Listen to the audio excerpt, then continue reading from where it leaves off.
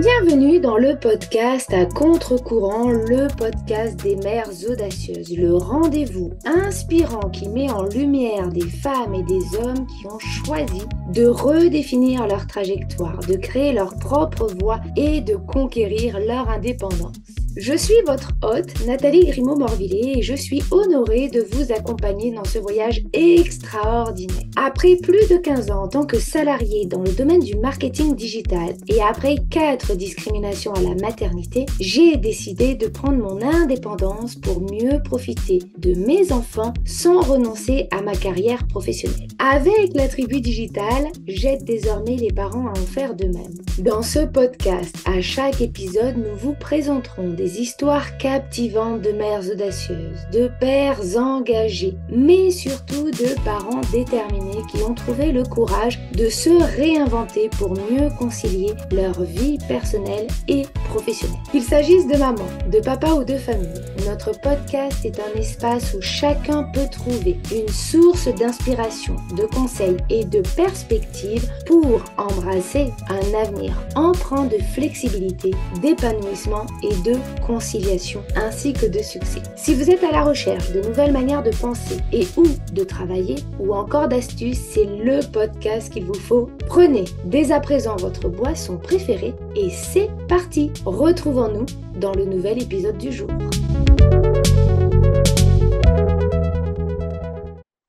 Bonjour à toutes et à tous et bienvenue dans ce nouvel épisode de podcast Mom Tips. Mom Tips, ce sont de petits épisodes plutôt rapides pendant lesquels je vous partage mes astuces, mes conseils, mes prises de conscience en tant que mompreneur pour vous permettre, vous aussi, d'atteindre vos objectifs et surtout parfois de déconstruire des croyances portées par la société, nos proches, parfois même par nous-mêmes et qui impactent négativement notre quotidien. L'idée de ces épisodes, c'est de vous permettre de passer à l'action avec des conseils qui parfois vont casser les codes de la société. Et aujourd'hui, j'ai envie de vous parler d'une peur qui revient souvent, peut-être même chez vous en ce moment. La peur de se lancer dans l'entrepreneuriat. Et si je vous disais que cette peur, c'est pas vraiment la vôtre, mais plutôt celle qu'on vous a appris à avoir. Et oui, parce que depuis l'enfance, on nous conditionne à être de bonnes petites salariées. On nous a formatés à devenir des salariés. À l'école, on apprend à écouter, à obéir, à demander la parole, à attendre l'approbation d'une instance supérieure. Puis, on enchaîne avec un job du lundi au vendredi de 9h à 18h et on cale notre vie personnelle autour comme on peut. Tout est prévu pour nous. Les horaires, le salaire, les vacances et on vous apprend que c'est ça la vraie vie. Travailler dur pour quelqu'un d'autre. Attendre que l'on vous dise que ce que vous faites, c'est du bon boulot. Et puis, serrez les dents si ça ne vous convient pas. On nous a appris à rentrer dans une case, pas à créer notre propre case. Alors, forcément, quand on pense entrepreneuriat, ça fait de vous à moi flipper. Parce que en réalité, ça ne rentre dans aucun cadre connu. On se demande, est-ce que je suis légitime? Et si ça marche pas? Et si je me plante? Mais en vrai, qui vous a appris à prendre des risques, à croire en vous, à investir en vous? Personne. Parce qu'on vous a appris à avoir peur de sortir du cadre, pas à créer votre propre cadre. Laissez-moi d'ailleurs vous faire un petit comparatif entre le salariat et l'entrepreneuriat. Dans le premier, le cadre est rassurant, mais il est figé. Dans le deuxième, vous avez la liberté de créer votre propre rythme, mais vous êtes responsable. Dans le premier cas, on a un salaire fixe et donc c'est un peu comme une drogue que l'on récupère mois après mois, année après année et qui rassure. Dans l'autre cas, les revenus sont à construire, mais ils peuvent être illimités parce qu'ils dépendent avant tout de votre investissement. Dans le premier cadre, on demande toujours une validation extérieure.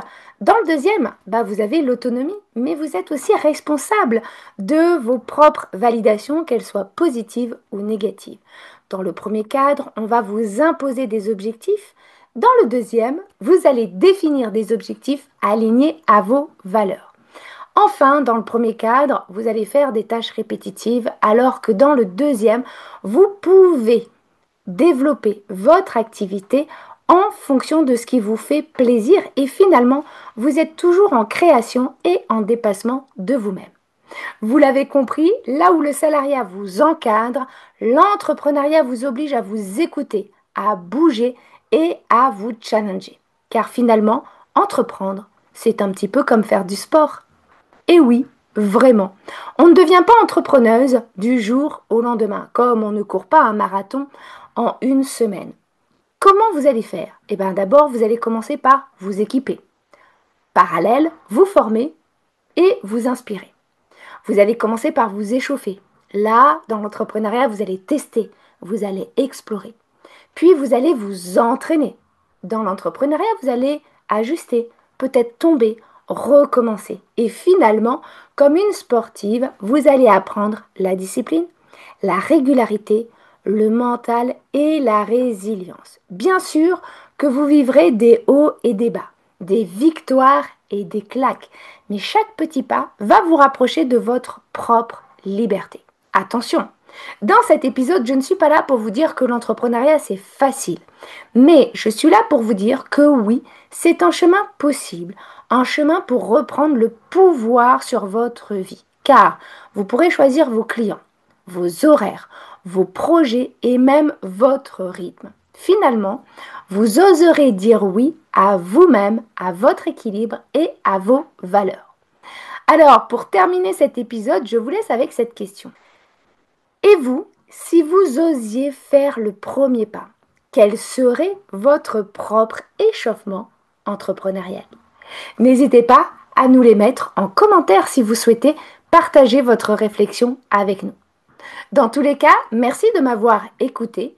Et puis, si cet épisode vous a plu, vous pouvez le liker, le commenter ou tout simplement le partager à une autre maman qui en aurait besoin. Qui sait, vous pourriez être à l'origine d'un changement radical. Encore une fois, merci à toutes pour votre écoute. Prenez soin de vous et je vous retrouve très vite pour un nouveau Mum Tips.